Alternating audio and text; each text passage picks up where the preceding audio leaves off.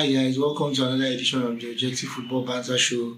I'm your host TTWWZY, and today we'll be discussing more football banter and generally all football related topics. Hello! Special emphasis on transfer window and how it's been playing out in the last couple of weeks. We are currently being entertained by the sensational move by Chelsea to hijack Arsenal's bid for Raphinha. Of course, we all know that Arsenal were of course favourites to land Raphinha even up to about, say, 48 hours ago. But in a very, dramatic twist, Chelsea have come and they stumped up the entire cash for Raphinha. So it's really blown Arsenal out of the water, really. There are different rules and moves being made in the transfer market, and there are many things that fans do not understand about how transfers generally work and how the structure of a transfer actually plays out, which might sometimes make some fans very furious as regards to the activities that their clubs are carrying out in the market. Arsenal, they have beat Barcelona, but now they've been outbeat by Chelsea. It's the cycle of life, bro. Surprise, motherfucker. That's just how, the market works, and we'll be discussing that and many other football-related topics. Join me as we begin the episode. Let's kick it.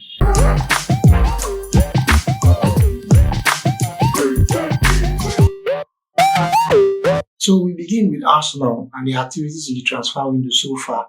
Arsenal signed Gabriel Jesus a couple of days ago.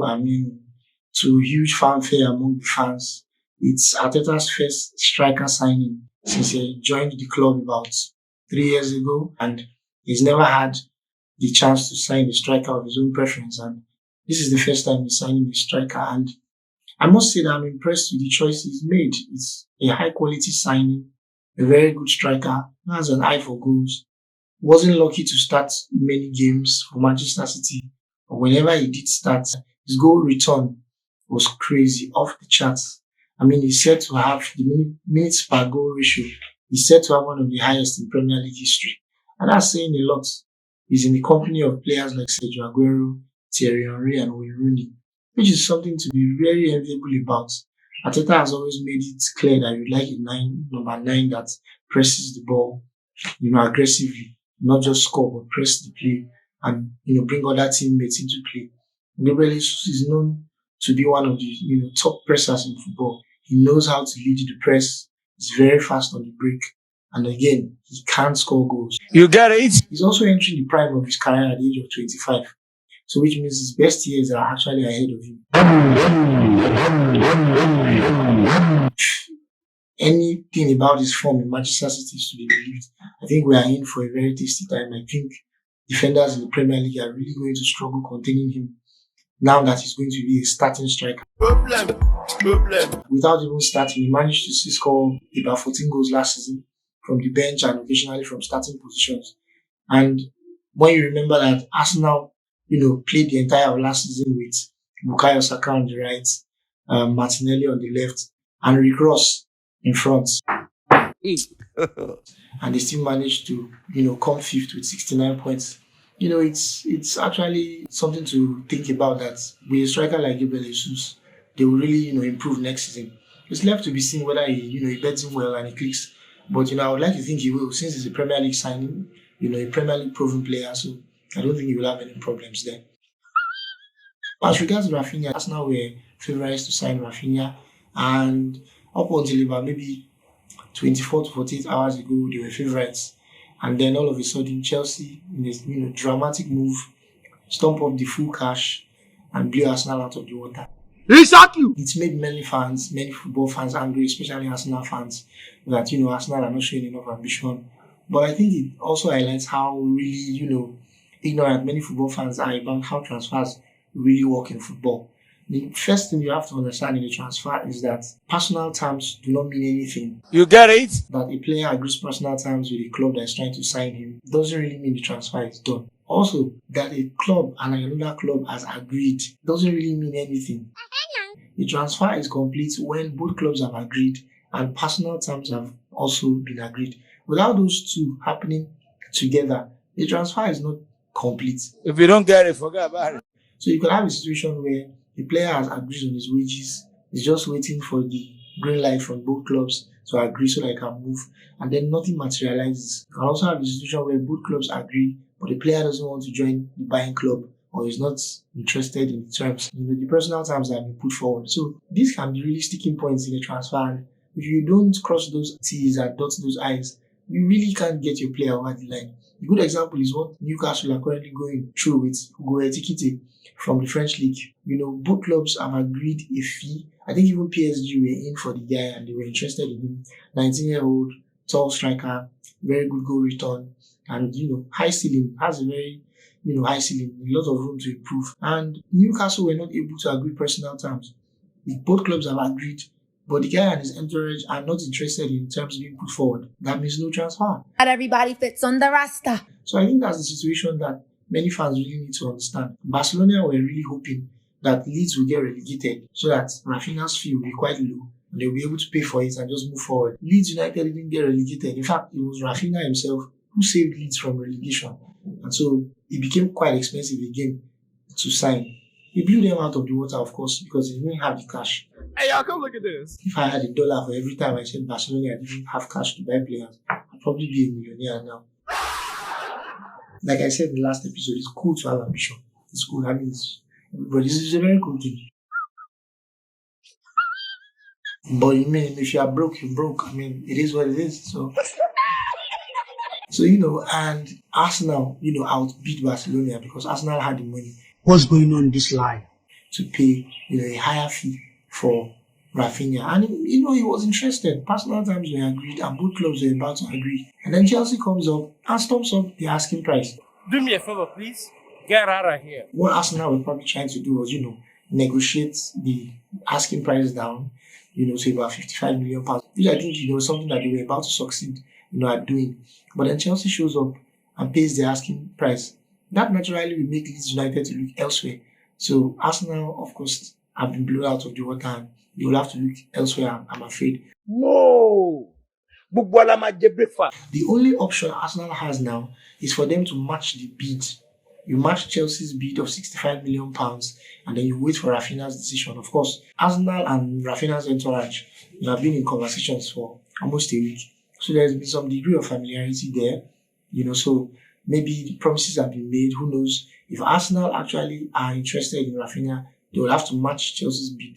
Because there's no way Leeds United are going to look away from Chelsea's bid now that Chelsea have, put that money down.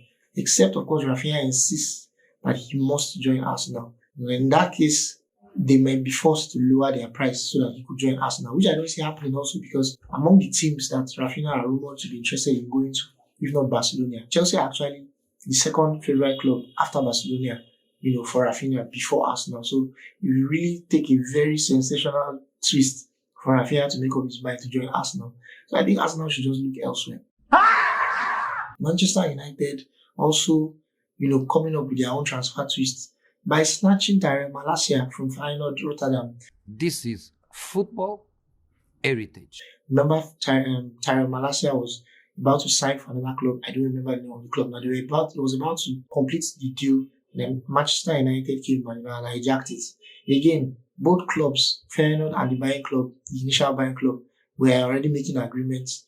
Tyrrell Malacia was about to complete personal terms. And then Manchester United shows up, which is also a big draw for many young footballers.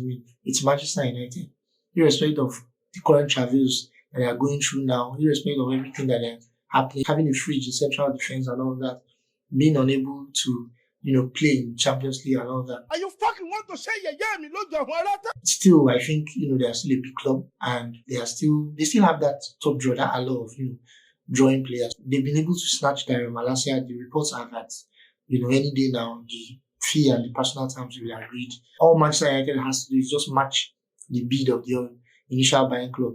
And then, of course, meet personal terms with Tyrrell Malacia. And I think the transfer is going to go through really. We're also having a similar situation with Lisandro Martinez of Ajax. I remember Arsenal has, made a bid for Lisandro Martinez. The player himself has made up his mind that he would like to join Arsenal in the Premier League. Manchester United are interested. Manchester United, all Manchester United has to do, is match Arsenal's bid. It will now basically be up to Lisandro to make his choice on who he would like to sign for.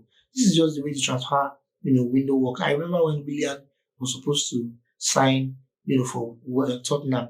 I think a fee had been agreed. Personal terms were, I think, also agreed, but nothing was signed yet. And then in a sensational twist, Chelsea, showed up and took Willian. The moment he heard that Chelsea were interested, he dumped Tottenham, and he moved to Chelsea. Of course, Chelsea were hurt by that, but it is what it is. Sometimes your club's reputation is the most important thing, and with all due respect, really, I don't think Tottenham really has that reputation yet.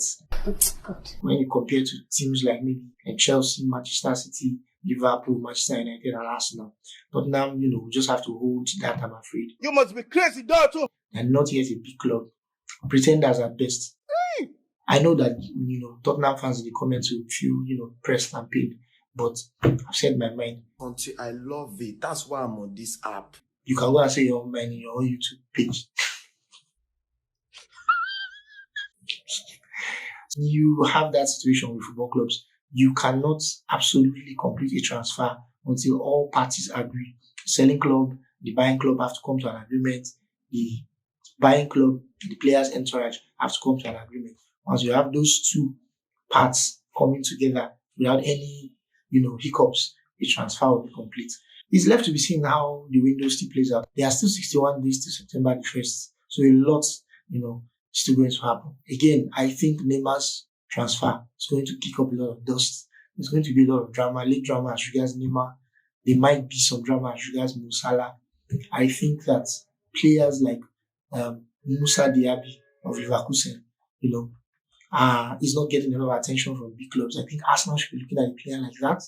I think that there are many young, footballers who are just bubbling under the surface, who are the next set of superstars that we have in football, and that are not being paid much attention yet in the window, probably because many of the prospective buyers are waiting for the window to wind down. When prices will begin to become very low, they'll be able to bid for these players. I'll be making more videos as regards, the transfer market, and I'll be coming up to you with more of this. Enjoy the rest of your day, guys. See you later. See you.